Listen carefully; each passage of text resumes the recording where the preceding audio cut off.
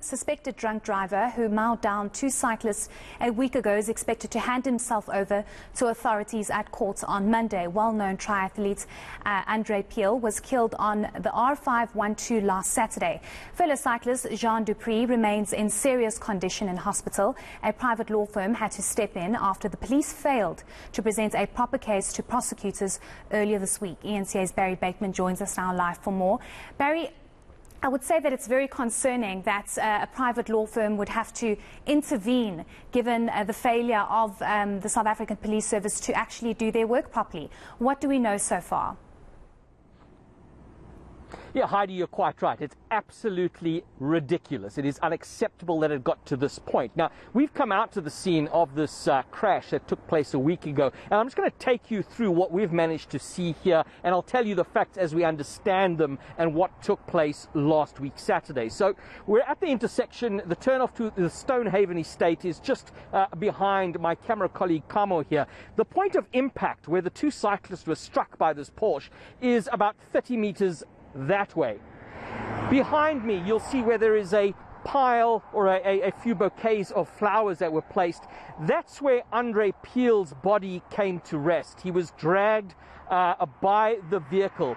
The Porsche driver didn't stop, Heidi. He continued until the very next intersection, which you can see, which is about 300 to 400 meters down the road. There's a stop sign there. You would have seen that.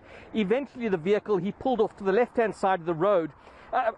Basically because his vehicle could not drive any further. It was so badly damaged. Witnesses have described the driver as being visibly intoxicated. The witnesses described how he tried to flee the scene.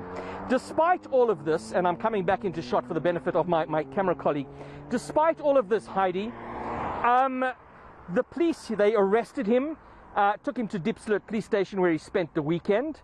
Monday morning, when it got to court, the police presented the prosecutors with a docket that basically had no evidence in it. The prosecutors could not make a decision to enroll the matter because the police simply failed to put together an adequate docket. So you're right. If it wasn't for the work of the attorneys, Megan Harrington-Johnson, who's been basically guiding this investigation, she's a private attorney at her firm, we wouldn't be at this point where we are now, that the police have now, with an agreement, or the state rather, they have made an agreement with the suspect. He will hand himself over to officials at court on Monday morning, and that's the Randburg Magistrates Court. Yeah, you wonder how many other cases actually have a similar kind of experience, and people might not have the means to appoint a private legal firm to assist them. Have you managed to speak to this private legal firm? Do we know how the family is of Andre Piehl and his friend that was with him cycling? I have. I've spoken to Megan Harrington-Johnson. I spoke to her yesterday. I've actually spoken to her this morning. First off, from their side, they are satisfied, at least at this stage, that the matter is going to be enrolled for Monday, but it is all thanks to their work. Speaking for the family, they said they're absolutely devastated. Of course, you've got Andre Piehl's wife.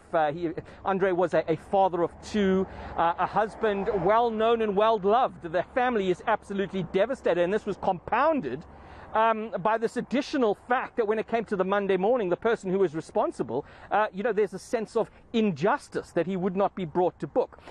Jean du Preez's side, his family, of course, appealing for prayers. He remains in a very serious condition in hospital.